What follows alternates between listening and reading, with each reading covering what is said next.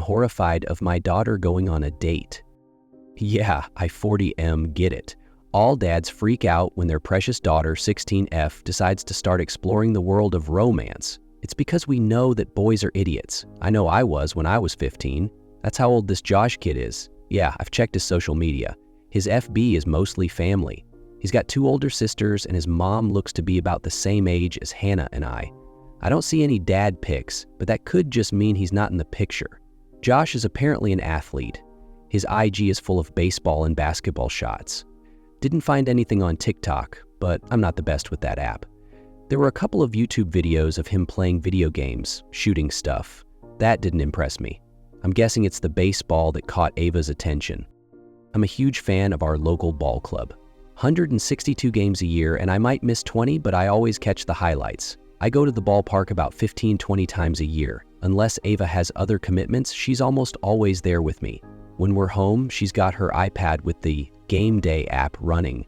When we're at the park, she's the one filling in the scorecard.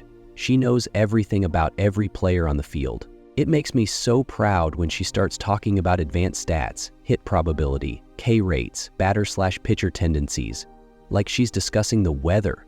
She's so casual about it, and it usually catches the attention of people around us. I've been watching baseball for 30 years, but she makes me look like a casual fan. I love it. We were watching a game when she told me about the date. I was sitting back on the sofa, Pop and phone by my side. She always sits up straight, both feet on the ground, back upright, iPad in her lap. Between innings, she turned her head, looked me dead in the eyes, and said, "Mom told me to tell you I have a date on Friday." I heard a giggle from the dining room. I played it cool though. I smiled, sat up a little straighter, and asked, "What's his name, where does he live, and what does he want to do with his life?" She turned back to the TV and said, "Game's back on." I told her I needed to pee, then stepped around the corner to talk to Hannah. As soon as I saw her, I mouthed, "What the f?" She looked excited, which only made me frown more. "Why are you so happy about this?" I asked.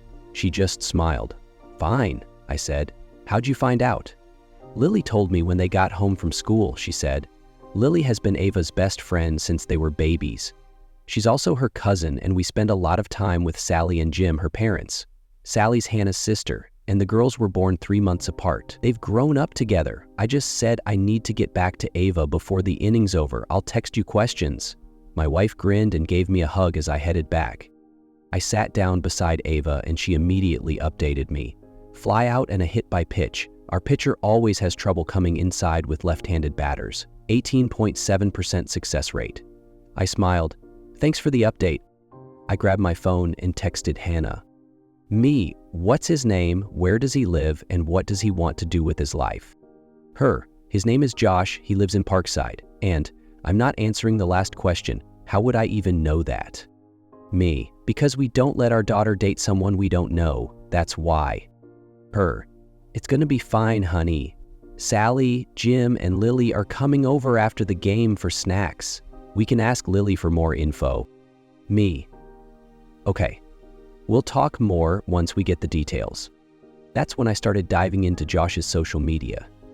During commercial breaks, I managed to get a little more info from Ava. She confirmed his name is Josh, she met him in the school cafeteria, and she's known him for 17 days. 17. And he plays on the school baseball team.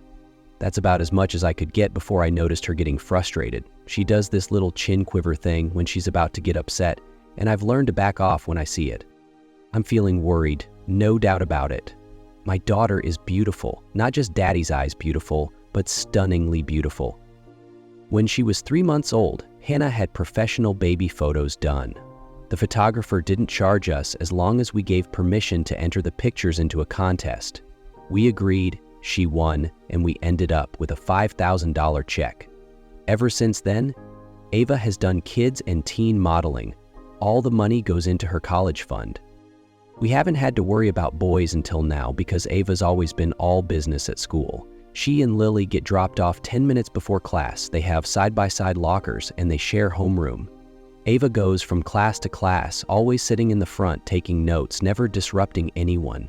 During free periods, she goes to homeroom to finish homework. She excels in subjects she loves like math, physics, and biology. though she struggles with reading and writing. It's fine though, the structure works for her and she's doing well. Outside of school, Ava loves horseback riding, swimming, and volunteering at the zoo. She doesn't meet boys there, she rides alone, sticks to her lane in the pool, and works with adults at the zoo. She's all about animals. She can name species you've never heard of. The point is, I've never had to worry about a boy catching her eye. Until now. Please don't get me wrong, she's not a hermit. She's been to birthday parties and played at the park, but I've never seen her connect with a boy before. I guess I've been living in some fantasy where I'd never have to face this. What do I need to really worry about here? What can I do to keep her safe? What questions can I ask without sounding like a crazy person? I need help not screwing this up with my daughter. I'm worried. I'll update you tonight or tomorrow once I know if this date is better or worse than I'm expecting. Update. Sally, Jim, and Lily came by after the game. Sally and my wife Hannah generally sit in the living room with a bottle of wine and do the sister talk thing. Lily and Ava headed up to Ava's room. Jim and I went down to the basement to play some darts and drink a couple of brews. I wasn't expecting much tea, as they say nowadays, from Jim because he's pretty indifferent to this sort of thing. Lily started dating a couple of years ago, and when it first happened, I was asking Jim all sorts of questions. His attitude was basically, it's just young teenager stuff, nothing really to worry about. All I could think about was when I was 15, in my first real relationship. We dated for 16 months and she took my virginity. Then she cheated on me and dumped me for some loser hanging around my friend group. 6 months later, she tried to crawl back, but I wasn't interested in being a plaything for a blood-sucking vampire. The experience shattered my heart. Ava doesn't need that kind of crap in her life. The conversation with Jim didn't go anywhere. He was more interested in how I was handling the news of Ava's pending disaster. I had no desire to talk about myself, so I deflected the conversation back to Lily's first dating experiences. As we got set up for darts, Jim said, "So, I hear Ava is entering the dating pool," with a grin. I winced but bounced back quickly, retorting, "Yeah, I guess I'm the last of us to enter the worried dad club." Then he asked, "How are you feeling? I know it's taken a lot of work to get here." I said, "Ava has never worked for me. I'm just concerned for her safety. Was there anything you and Sally did to help keep Lily safe when she started dating?" He got a wise wizard look and said, "Sally knew the family, so we weren't really worried about him being a serial killer or rapist, if that's what you're worried about." I grimaced and asked, "Is that really what we have to worry about nowadays?" He laughed, which only made me angrier, and said, "Nah, man, kids need to explore these feelings. They'll do it with or without you knowing. All we can do is try to keep it on a fair playing field. You know, I didn't, yeah, I know, but I tried to figure it out while he kicked my butt in darts." By 10:30, Sally, Jim, and Lily had left. Hannah helped Ava with her bedtime routine, and by 11, we were finally able to sit down. Our bed has always been our meeting spot. No matter how busy life gets, we end the day sharing what's going on with the kids and each other. Whether the night ends in intimacy, affection, or just conversation, it works for us, most of the time. Last night was different. Hannah hopped into bed, flashed a smile that clearly said she wanted to get frisky, and asked, "So, how'd the chat with Jim go?" I was baffled that she wasn't taking this seriously. I should have been more careful, but I messed up and said, "What the would Jim know? He doesn't give a shit about his daughter." Cue Morgan Freeman's voice. It was at this moment he realized he'd effed up. Hannah went from ready to get it on to furious in seconds. She hopped back out of bed with an impressively fast move thanks to her gymnast background and stared me down. "You're an overprotective asshole, and you don't respect what Sally, Jim, and Lily have done to help us with Ava," she shouted before storming out of the room. I know I'm a good person, but I make mistakes. It became clear I'd let my emotions run wild.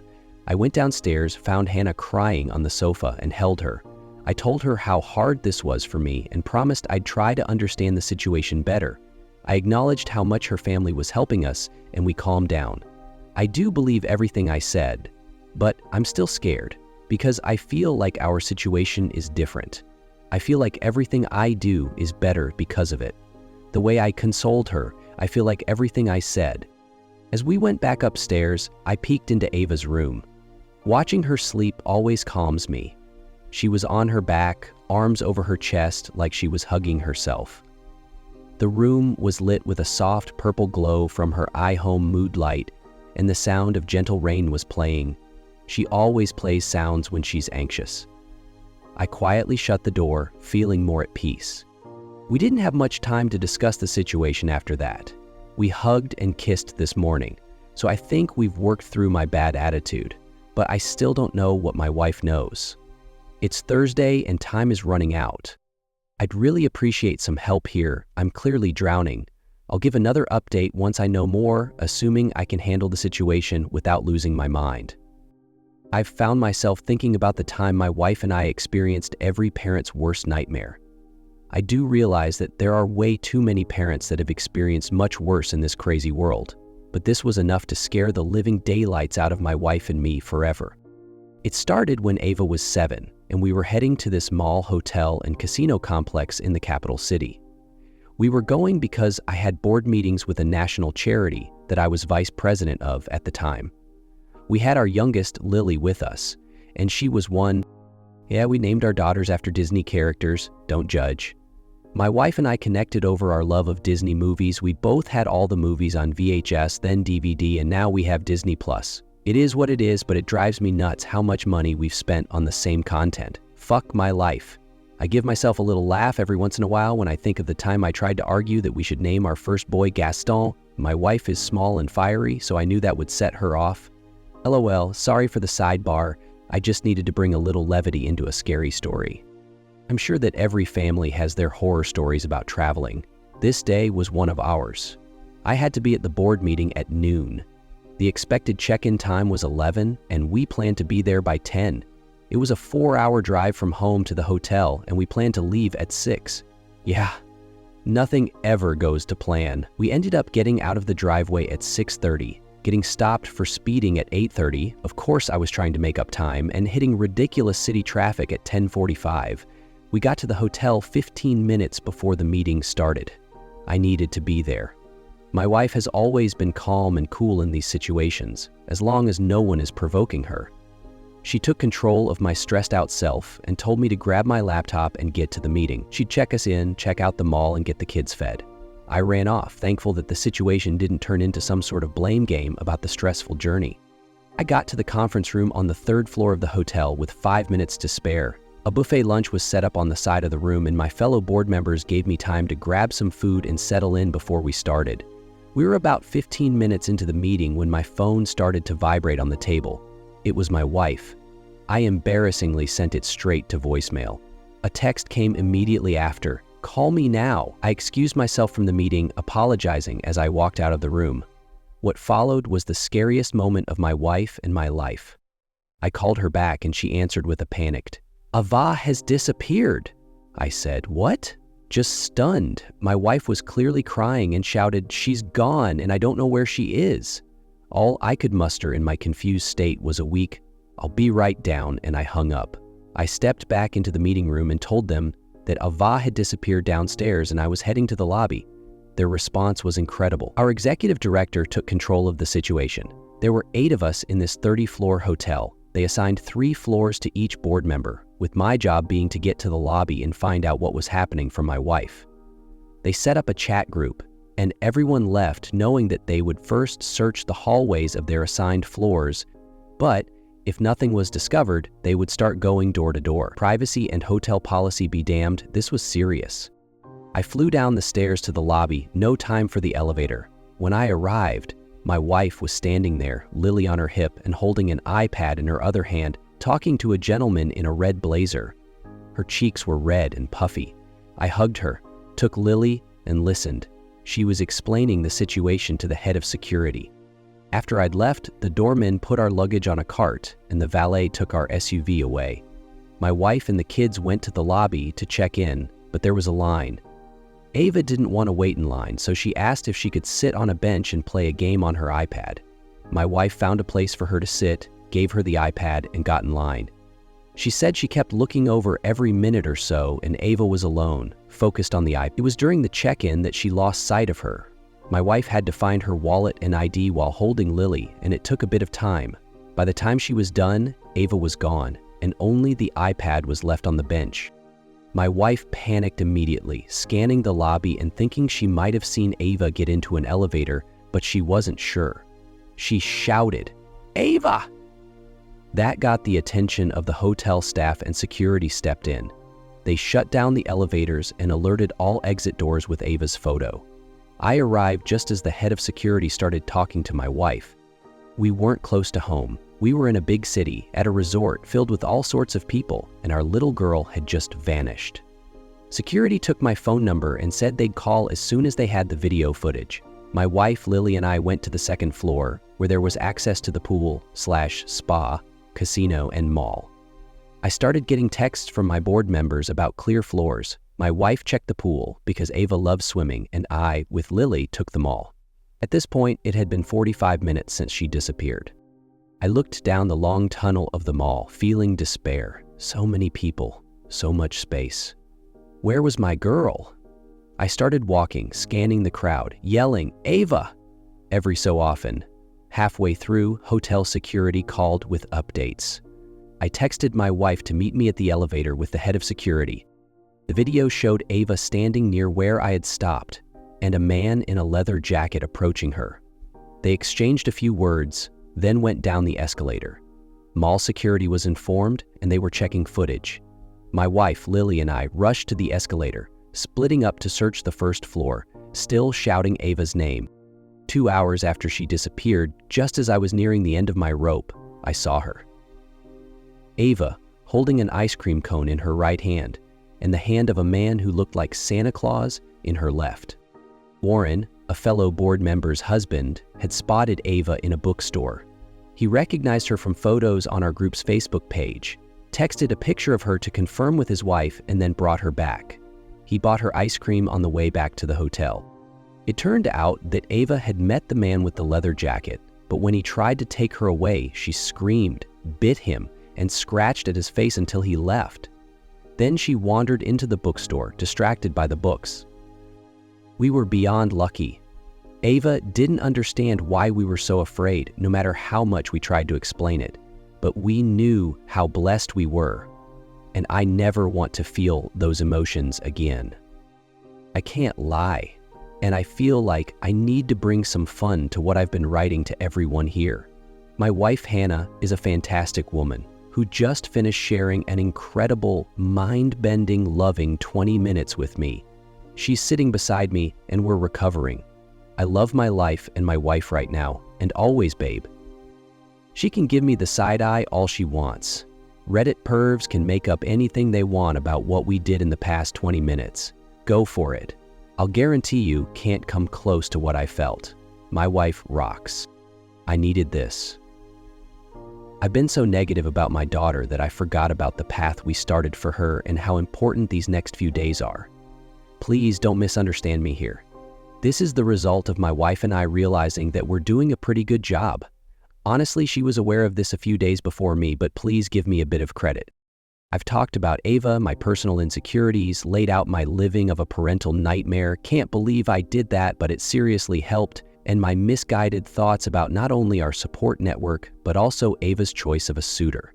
In short, yeah, I've realized what an ass I've been. It is what it is, and I'll guarantee you're not perfect either. I spent today, Thursday, thinking about our path to get to where we are. I reflected on the bad, see my last story. I'm so sorry that it triggered automatic attention, but honestly, I spent most of the day in awe of my daughter's accomplishments. Ava was a surprise for Hannah and me. We were newlyweds with plans to live life, then have our 2.5, 3 really, but yeah, welcome to the world of ridiculous stats, kids, and rock this world. We weren't ready, but we're accepting of the early result. Please, people, don't rely on the pull-out method unless you're truly ready for an unexpected surprise. I was a new professional still learning with my firm, and my wife had started her career making marketing write-ups for new websites. She speaks 3 languages and is just plain awesome at making anything exciting. I was so excited to be a dad. I've mentioned that I live in the future, and I was ready and excited to be the dude for my child. As any new parent knows, yeah, the birth experience is an event. Our daughter was born after 14 hours of labor. My wife did slap me during the ordeal for having bad breath, but I'll own that. Ava was flawless from the moment she was born. There isn't an opinion in this world that will convince me otherwise. She has every right to live her best life as anyone else. She started showing delays in development early. She didn't walk until she was 24 months. She didn't start talking until she was 3 years old. Hannah and I worked very hard to help her through each milestone. Let's be clear though, Ava has always been the boss of what she did or did not want to do. From the time she was 6 months old, she'd crawl to and up the stairs when she heard a bath running. It was incredible to watch her determination, and it scared a couple of young new parents tremendously, but she showed us her strength and focus. It was Hannah who first started to notice Ava's delays. When she first started communicating her worries, I came to my first realization that parenting isn't some pre-written Disney script like our lives were.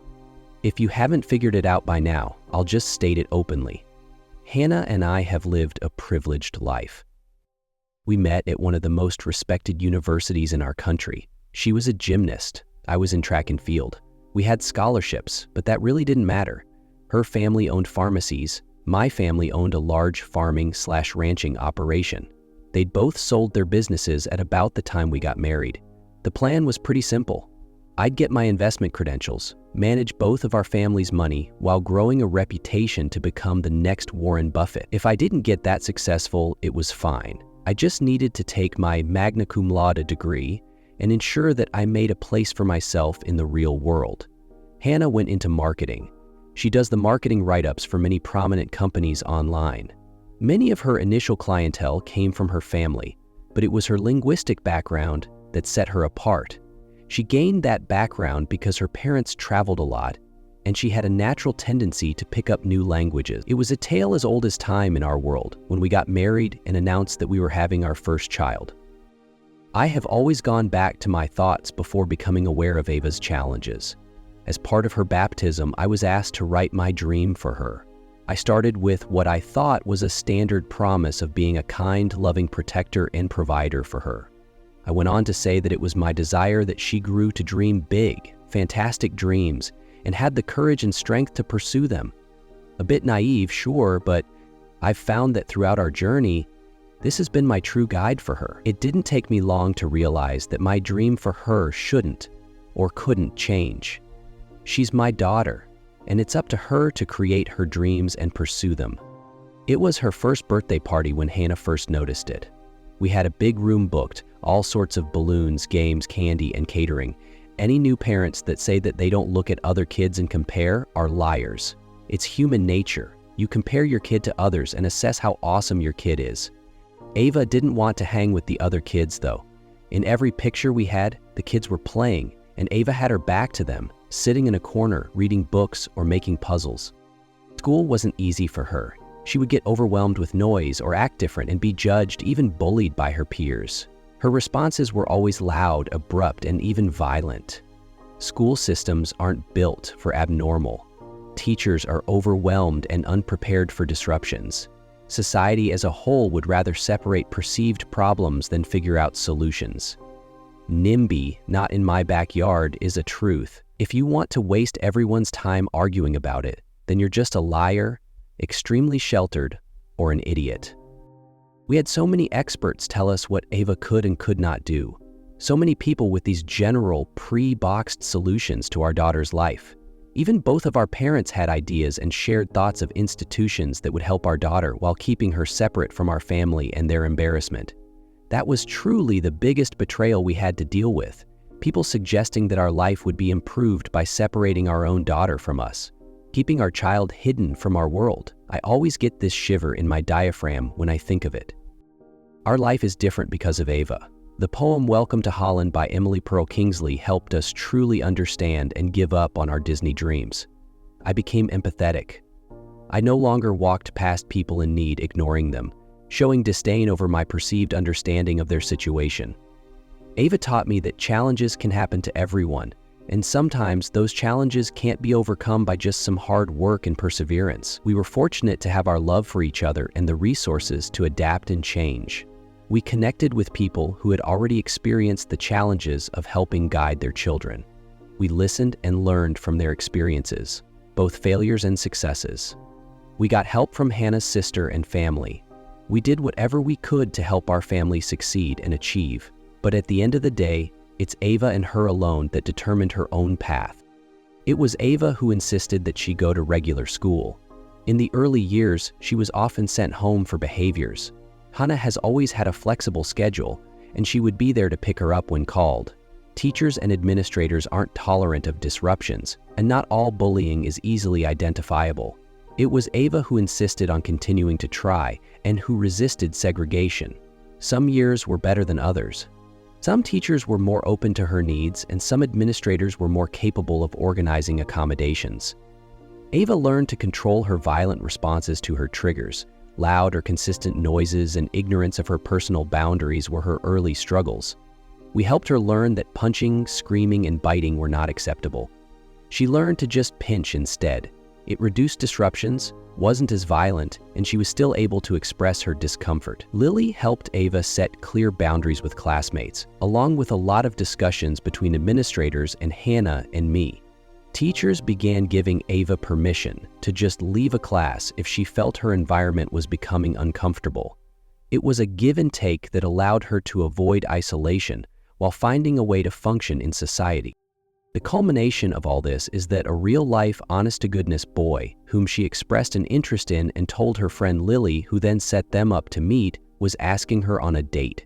It's a fabulous, common thing that I personally had started to dismiss. Yep, I suck. I do get what Jim was talking about. It is what Hannah and I have been doing throughout Ava's life. I'm thrilled to say that the date is going to happen tomorrow, but we did need to do some work to set up the playing field. We, being Hannah, Sally, and I, sat down at the table with Ava last night. I should have realized that she was acting a bit off.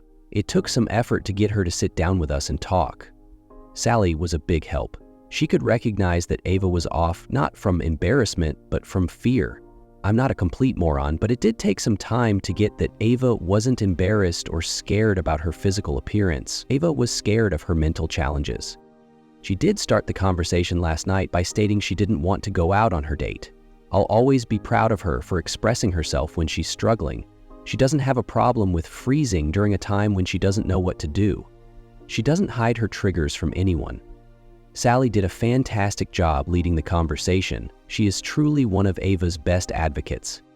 My daughter just left the house for her very first date, and I'm settling in to catch a baseball game, lost in thought about my front door. It's a strange yet wonderful thing to consider, isn't it? That door is an entry point I control completely. Is this young man worthy of stepping into my home? We interact with so many people in public, but we can't control those encounters. We can choose to be open or closed, but ultimately, we have no say in who enters our space. But that door, I hold all the power there, and I can't help but think how intimidating that must be for someone stepping up to it. I've walked through plenty of doors in my life, but I don't think I've ever considered it like this. As a father, I believe it's essential to meet my daughter's date. Sure, every dad loves the idea of having the talk with a gun and a shovel, but most of us know that approach can be damaging. I'm navigating these waters for the first time. All I ask is that her suitor acknowledges he's getting to know my girl. Is that too old-fashioned? I've heard so many stories from dads who've never even met their daughter's love interest. I hope I'm not there yet, but I genuinely want to assess the character of the young man my daughter is interested in. I know the traps, judgment, control, insecurity, that can hurt not only my relationship with her, but also my mental health. Just having that awareness makes this introduction feel more reasonable, doesn't it? I know, I'm living in my own Disney fantasy. I've had countless conversations with other dads about this. I used to shrug it off, not believing I'd have to deal with it myself. I was relieved when my brother-in-law Jim shared his experience, not because it was comforting, but because I genuinely believed my daughter wouldn't pursue someone without the courage to meet me. So many fathers don't know their daughter's partners, and I hear them lamenting about having no clue, or he's never been to the house while I was there. I get it.